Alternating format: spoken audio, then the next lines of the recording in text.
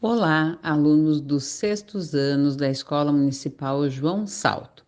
Eu sou Keila, professora de Ciências, e hoje nós vamos trabalhar a apostila de Ciências, livro 2, capítulo 11, que vai falar sobre sistema locomotor. As páginas são 32 a 45. Vamos lá? Primeiramente, eu gostaria que vocês assistissem a aula sobre sistema locomotor, da professora Rafaela Lima, do canal Mais Ciências. Depois eu retorno com a explicação na nossa videoaula daquilo que não foi colocado por ela, das páginas 33 a 40. Então, vão seguindo, escutando aquilo que ela vai falar e vocês vão seguindo na apostila da página 33 a 40. Aí eu volto para complementar aquilo que não foi falado, tá? Hoje eu tô acompanhada, hein? Com quem? Meu amigo Teobaldo. Theo, fala pra eles qual o tema da aula de hoje? Sistema locomotor, ossos e músculos. É isso aí, fica com a gente. Olá, eu sou a professora Rafaela Lima, professora de Ciências e Biologia, e você tá aqui no canal Mais Ciências, no meio dessa mega playlist, falando de vários sistemas corporais, e a gente tá falando de sistema locomotor, como o Theo já bem avisou aí a gente. E quando a gente fala de sistema locomotor, você pensa em locomoção, se mexer, se movimentar, e é isso aí. A proposta é justamente essa, permitir que a gente tenha uma série de movimentos essenciais para a nossa vida. Mas quem compõe o sistema locomotor? A gente está falando de sistema esquelético, que o Theo está representando muito bem aqui, e também de sistema muscular, porque para a gente movimentar, a gente tem que ter esses dois sistemas atuando juntos, ossos e músculos. Se você já teve essa vivência de fraturar, quebrar um osso, você sabe que muitas vezes, dependendo de onde for, o movimento fica comprometido. Por quê? Porque não consegue ativar esses músculos. Ou se você já teve uma lesão muscular, torceu alguma coisa, você fala assim, caramba, não dá pra mexer. Por quê? O osso até tá ok, mas o músculo tá comprometido. Então a gente precisa dessa parceria, a gente precisa desses dois trabalhando juntos de forma saudável para a coisa funcionar. Vamos então falar um pouquinho de cada um. Começando a falar de sistema locomotor, falar de ossos. Para você conhecer bastante, um pouco melhor sobre o tecido ósseo, você vai voltar um pouquinho aí na playlist e ver que tem um vídeo só sobre tecidos humanos. E lá eu falo só sobre tecido ósseo. Mas agora falando dos ossos em si, falando do esqueleto, qual a função do esqueleto? Você já parou para pensar sobre isso? Que o esqueleto ele vai estar dando a sustentação para o nosso corpo. Imagina que não passe de mágica, plim, todos os ossos desaparecessem do corpo. Como é que a gente ia ficar? Ia ser uma massa molenga no chão. Seria não ter estrutura. Então os ossos eles vão dar a estrutura para o nosso corpo. Os ossos eles vão estar protegendo os nossos órgãos. Ó, aqui ficam os nossos pulmões, fica o nosso coração, estão protegidos. Aqui dentro fica o nosso cérebro, está protegido. Então função também de proteção. Além de ser uma reserva de cálcio e fósforo, armazenado nos ossos. E ainda, produção de sangue. O nosso sangue ele é renovável, ele é produzido, as células sanguíneas são produzidas no interior dos ossos longos. Então, ossos como, por exemplo, aqui o fêmur, é um em que vai rolar a produção das células sanguíneas. Isso assim, legal, entendi quais são as funções dos ossos, mas quais tipos de ossos nós temos? Nós temos 4 tipos de ossos. Vou listar aqui para você. Ossos longos, ossos curtos, ossos planos ou laminares e os ossos irregulares. Quando eu falo de ossos longos, estamos falando de ossos que têm o seu comprimento maior que a sua largura. E um exemplo aqui, Tauzinho, dá licença? Por exemplo, esses ossos da perna. O fêmur, que é o maior osso que a gente tem, que é o osso da coxa. A fíbula e a tíbia, ossos aqui que a gente chama de canela, são exemplos de ossos longos, cujo comprimento ele é maior do que a largura. É um tipo, o osso longo. Outro tipo que eu falei para vocês é o osso curto. O osso curto ou cúbico, as suas áreas elas são muito semelhantes. Por exemplo, aqui, os ossos do nosso punho, essa basezinha aqui, são ossos desse modelo, ossos curtos que a gente tem. O outro que eu falei são os ossos planos ou laminares. Um exemplo assim maravilhoso são os ossos do crânio. Você vê, então aqui por exemplo, o osso frontal, né, aqui da nossa testa. Todos esses são vários ossos que estão aqui compondo o nosso crânio, são ossos muito finos, como lâminas. Um exemplo também é esse aqui, ó, o osso externo. Também é um osso laminar. E outro tipo são os ossos irregulares. Dá uma olhada aí como os ossos da coluna, que eles não têm uma forma bem definida. Sim, tá legal, entendi. E um outro ponto essencial para o bom funcionamento do sistema esquelético são as articulações. Como é que eu vou me locomover? Como é que eu vou cumprir essas funções todas que o esqueleto pode ter se eu não articular esses ossos? Então nós vamos ter 3 categorias de articulações. E só para constar o que é uma articulação. A articulação ela é o encontro de um osso com o outro. E aí essa articulação, ela pode ser uma articulação móvel, ela pode ser uma articulação imóvel e ela pode ser uma articulação semimóvel. Quando a gente fala de uma articulação móvel, a mobilidade dela, o ângulo possível, ele é maior. Então você vê, por exemplo, aqui, ó, no caso do joelho, ó, eu tenho uma articulação, eu tenho um movimento mais amplo, por exemplo, também aqui do cotovelo, está dando para ver? Levanta o braço, então, levanta o braço, isso, menina esperta, ó, uma articulação móvel. Quando eu falo de uma articulação imóvel, por exemplo, te dando aqui o caso do crânio, para algumas pessoas o crânio é um grande capacete, é uma coisa só, e não é. A gente está falando de ossos diferentes que estão encaixados. Fica com a perninha quietinha. Isso. E que parece, né? Você vai ver aqui de perto, ó, parece que é uma coisa só. Mas não. Tem articulações, mas articulações que não se movem. Articulações imóveis. Aí você olha, por exemplo, eu tenho aqui o frontal, eu tenho o parietal. Essas diversas peças dos ossos, eles vão se encaixar, mas sem uma movimentação. Todos os ossos do crânio que compõem aqui a nossa cabeça, eles são imóveis? Não, aqui. Tenho aqui maxilar e mandíbula, são 2 peças que tem aqui uma articulação móvel. Mas e a articulação semimóvel? A gente fala, por exemplo, um exemplo clássico, as vértebras da coluna. A gente tem um movimento, mas uma movimentação limitada. Então, fez sentido para você? Isso é legal. Entendi então sobre os tipos de osso, sobre a articulação. Vale lembrar que a gente tem, como você bem vê, uma quantidade muito grande de ossos e vários alunos se preocupam. Será que eu vou ter que gravar todos eles? Geralmente no ensino básico a gente não pede algo desse tipo, né? Mas é bom ter uma noção, né? É bom conhecer alguns desses ossos. Eu tenho a maxila, a mandíbula, eu tenho essa aqui que é a clavícula, eu tenho esse que é o húmero. Nessa porçãozinha aqui do braço a gente tem 2, o rádio, a una. Então a gente tem o osso externo, a gente tem aqui o que a gente chama das costelas. Nos dedos, as falanges. Né? Cada porçãozinha dessa dos dedos são as falanges. Até tem gente que fala assim, eu uso um anel de falange. Pois é, cada ossinho desse aqui do dedo. Temos, já falei do fêmur. Aqui, ó, o pequenininho, a patela. São exemplos de ossos. E é interessante também ressaltar que a gente nasce com uma quantidade de ossos muito maior que a gente tem. A gente nasce com 300 e poucos ossos, mas que muitos deles vão se fundindo como ossos na cabeça, na base da coluna, e depois a gente fica com 206 ossos. Então, a quantidade que a gente tem.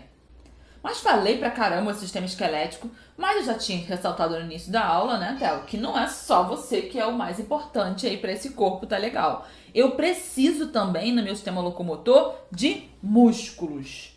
Músculos esses que são células alongadas, que têm a capacidade de se contrair, capacidade de produção de energia que promove movimento e força. E nós temos 3 tipos de músculos. Quais são eles? Músculo estriado esquelético, músculo liso e músculo estriado cardíaco. Ligado à locomoção, eu estou falando desse aqui. Músculo estriado esquelético. Esquelético, ligado ao esqueleto. Ou seja, é um músculo que ele está preso a esses ossos e juntos vão fazer essa máquina de força para promover a nossa movimentação. Temos só esse tipo de músculo? Não, como eu te falei. Eu tenho também o músculo estriado cardíaco, aí no nosso coração, com uma capacidade de movimento involuntário, de autocontração, né? Porque o músculo estriado esquelético, ele tem uma movimentação voluntária. A gente consegue escolher, não é, Théo, quando você quer movimentar.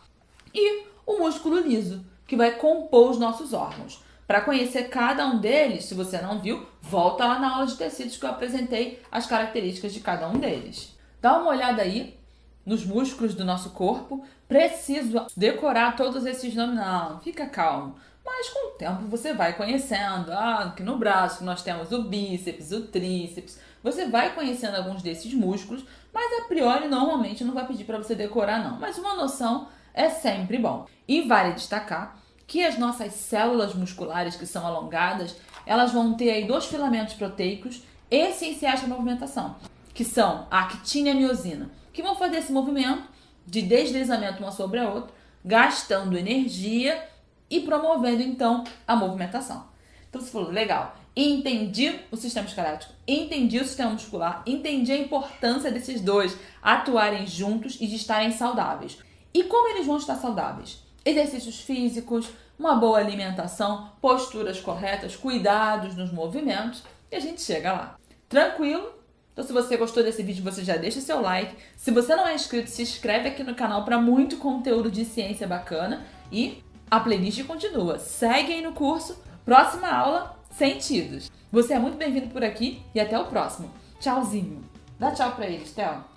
Tchau.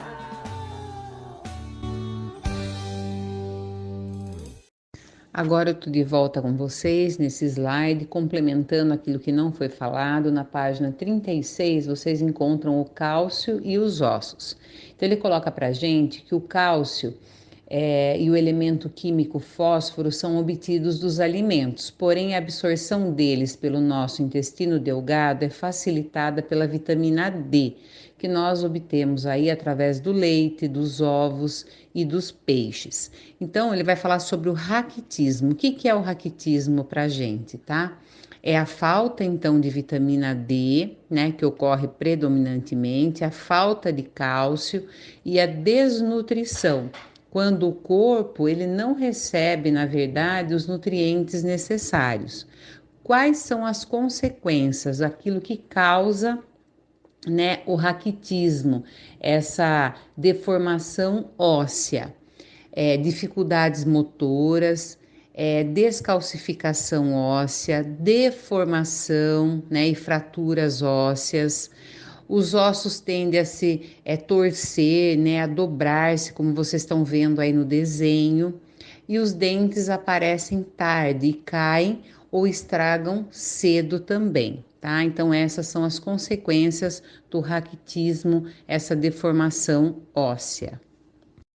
Ainda na página 36, nós vamos falar um pouquinho sobre os problemas na coluna. Então, nossa postura, forma de sentar, deitar, andar, levantar algo, né, pesado, tudo isso vai determinar a saúde da nossa coluna e, com isso, né, a consequência do nosso corpo. Então, a sobrecarga de peso na nossa coluna, acidentes e má postura pode provocar desvios na nossa coluna, ou seja, deformações na coluna, como está no slide e também na apostila. A primeira que vocês estão vendo aí é a lordose, que é uma projeção excessiva dos ombros para trás e do peito para a frente. Então, a deformação ocorre na região lombar, que se curva mais para dentro.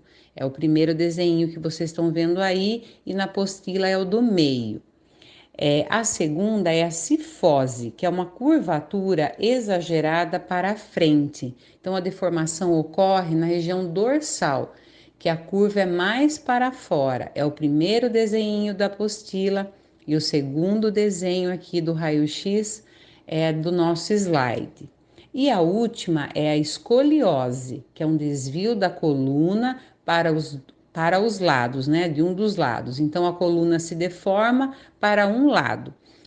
No slide é o terceiro, né, que nós estamos vendo aí o raio-x, o desvio, e na apostila também é o último desenho, que é o mocinho sentado, né, para a gente poder ver aí o desvio da coluna para os lados, né? Para um dos lados, tá ok? Na página 37, nós vamos falar sobre a questão do pé chato. Então, eu coloquei aqui no slide para vocês um pé normal e um pé chato. Então, geralmente a planta dos pés é arqueada ou curva, como se tocássemos mais o chão com os dedos e com o calcanhar. As pessoas que possuem pés chatos quase não apresentam essa curvatura, tocando o solo com quase toda a planta do pé. Então, vocês percebem o pé normal no desenho de cima e o pé chato, como é o seu formato. Os pés chatos causam problemas para a caminhada e para a prática de exercícios físicos. Dando continuidade na página 37 e 38 da nossa apostila, eu vou falar sobre as fraturas e sobre a luxação, que está na página 38, e mais a questão do entorse que eu coloquei para vocês para diferenciar um do outro. Então, o entorse, né, que é o primeiro aí que vocês estão vendo no slide, é o estiramento ou rompimento dos ligamentos, do tecido fibroso que liga o osso à articulação do nosso corpo. Na luxação, é uma lesão em que uma articulação é deslocada da sua posição normal. Então, isso é luxação, é a articulação. E a fratura é lesões que causam rompimento ou trincamento de um osso. Nesse slide eu trago para vocês a explicação da página 39 e 40, que fala sobre a fadiga muscular, complementando, tá? Então, ocorre quando uma pessoa realiza um esforço muscular muito intenso, causando um acúmulo de ácido láctico no músculo. Esse ácido láctico, né, é gerado pela fermentação que ocorre no músculo e é chamada de fermentação láctea. Após um período de repouso, o ácido láctico presente no músculo da pessoa é queimado e as dores musculares desaparecem. Nesse slide, para encerrar, na página 40, nós temos alguns músculos do corpo. E os músculos estriados esqueléticos estão dispostos uns sobre os outros, recobrindo o esqueleto. Então, eu trago para vocês aqui os principais músculos que constituem o sistema locomotor e sua localização. Então, no primeiro desenho aí, vocês estão vendo esternocleidomastoideo, né? Então, o nome é complicado, né? Esternocleidomastoideo, tá? O outro que vocês estão vendo é o peitoral maior, esse é mais fácil já de falar, né? O outro também importante aí é o reto abdominal, tá? Então, esses daí são alguns dos principais músculos, tá? Que constituem o sistema locomotor. Encerramos então com as atividades da página 42, número 1, 2, 4, 5 e 7, página 43, 9, letra A e B, e página 44, número 12, A, B e C. Bons estudos, uma ótima semana, um abraço a todos, se cuidem e até a próxima. Se vocês tiverem alguma dúvida, nós estamos no grupo de WhatsApp, eu e a professora Silvia, tá? Abração a todos.